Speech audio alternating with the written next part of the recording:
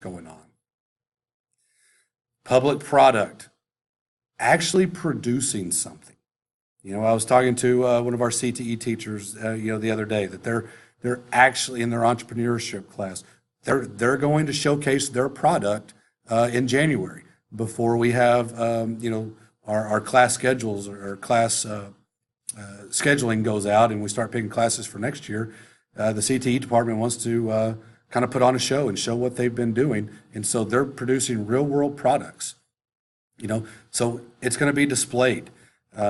And so we're excited about that. But, the public product, most learning occurs in private relationship between a teacher and a learner.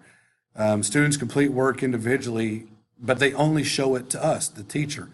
High quality PBL, we're making that work known to the public. We're showing it off to the kids. We're showing it off to the public, to the community. We want this to reach beyond the classroom, beyond students in our school. We want our junior high feeder schools to see these products and be like, man, I want to be a part of that. Okay, and we want our parents and we want business partners out in the community to say, wow, look at what these kids are doing at GHS. We want to be a part of it. We want to be hiring these people. We want to keep them in our community and grow it from there. This occurs in both during a project and part of the product development. There's a option there for formative assessment to go on there at the conclusion. And when the product is shared, we discuss it with that audience. This public process and final presentation encourages students to improve the quality. Remember, we go out and do things in the real world. Well, there are real world ramifications. So it puts that extra effort into completing this product and to putting their very best foot forward. It improves the quality of their work and demonstrates exactly what they know and what they can do.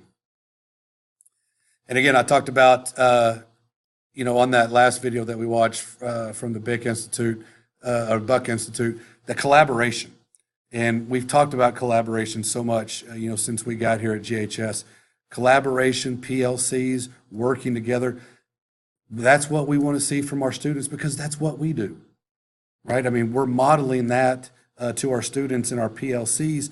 We're working together, we're communicating, we're collaborating. That's what we want our students to do because that's what we do in the real world. And not just in our business, but in all business. There's collaboration with other people. We collaborate with people online. We're in Twitter chats and we're all over the internet and social media following various things. And we receive guidance from mentors, just like our students will receive guidance from us as their mentors. Okay, so projects can be done, as an individual activity, but in today's world and workplace, it's important to learn the skill of collaboration. High quality PBL, that work should be done as a team. We want this working together. It doesn't simply mean dividing up tasks either. It's not like, hey, you've got 1 through 5, I'll take, 6 through 10, you've got the next 5 and so on. Or, hey, I'll do the list, you do the report, I'll do the visual. Okay, that's not what we're talking about here. Okay, because, completing them individually and then putting together at the end, there's no synthesis or discussion, for the project. When we really collaborate on something, they're contributing their individual voices, their individual talents, and they're putting a piece of themselves into that product. And there is skill in sharing, those ideas. And then that shared piece of work that we build is respecting the contributions of everybody there involved in the group. In some projects, students, may collaborate online with students in other schools, in other states, in other countries. Or we may be working with adults, experts in the field in our communities in different organizations. Okay, so that we're building a culture. It talks about school culture. We're building a culture of collaboration here at GHS, and we want to continue that through our PBL process in our classes. Project management. Okay, students use a project management process that enables them to proceed effectively from project initiation to completion. Whether it's on the job or in their own personal lives, People work on projects. I mean, that's what we do. And it helps to know how to manage time and tasks and resources efficiently. I have 3 children. I know most of y'all have children. Managing our time is important. And when they have to manage their other classwork, their various extracurricular and co-curricular activities, it's an important skill that our kids need to learn. And project-based management is something that allows them to manage their time. Students learn to make use of project management processes, tools, and different strategies, similar to those that we use in the real world. And we may also follow the steps of design thinking as they manage their projects. You've got to think of it, okay, kind of like what we talk about in backward design, in designing our lessons, with the end in mind. That's kind of what the project management is. What are we going to be doing? What is the product? And then we have to kind of walk it backwards to go through all of the steps of design, okay? And so they're able to manage themselves and learn how to use those tools and strategy and process that design step of thinking. And then, of course, we talked about, reflection. I talked about letting my son go out and mow, and then he needed to look at the yard and kind of reflect on what was going on there. Well, reflection is very important. When we talked about our why, we're reflecting on why we do this. And I apologize if I'm loud and I'm kind of getting, this gets me fired up, because I'm excited about, this being what our learners, what my kids are going to be enjoying in your classrooms and what the rest of our students. So as a parent, I have a lot of involvement in this. I have a lot invested in this. And obviously as an administrator, I've got a lot invested in this. And I'm just excited about the opportunity that we have, with PBL. But reflection, we talked about, what is our why? Why do we get up in the morning? Why do we do this? Well, we're reflecting on what we do. And when we get through PBL, it may be, wow, that really didn't work.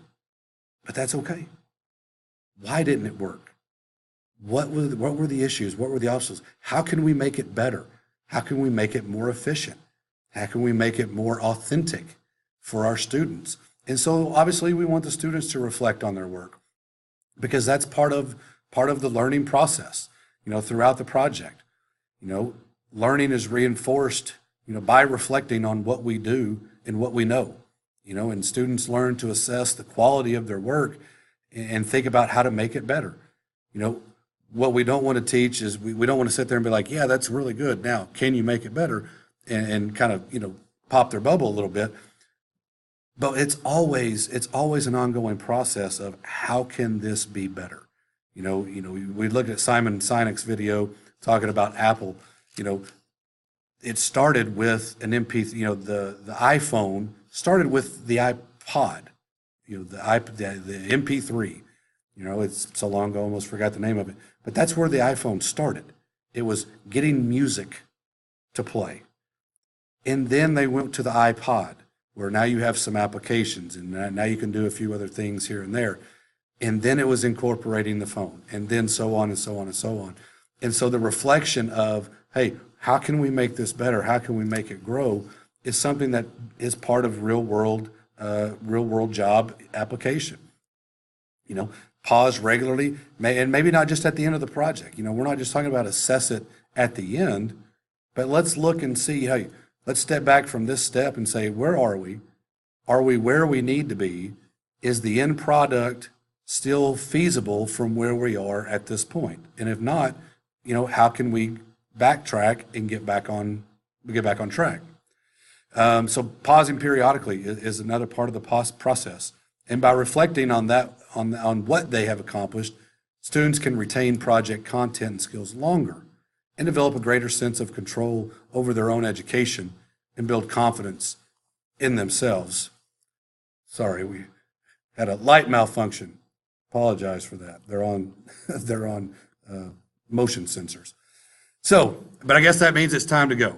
As they turn the lights out on me, they're playing me off stage. I appreciate your time. I appreciate your interest in project-based learning. It's going to be okay. There's a lot of information out there. We're going to take this slow. We're going to do this together. We're going to be flexible.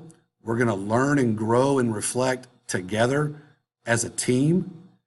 I appreciate your time. Thank you. Have a great year.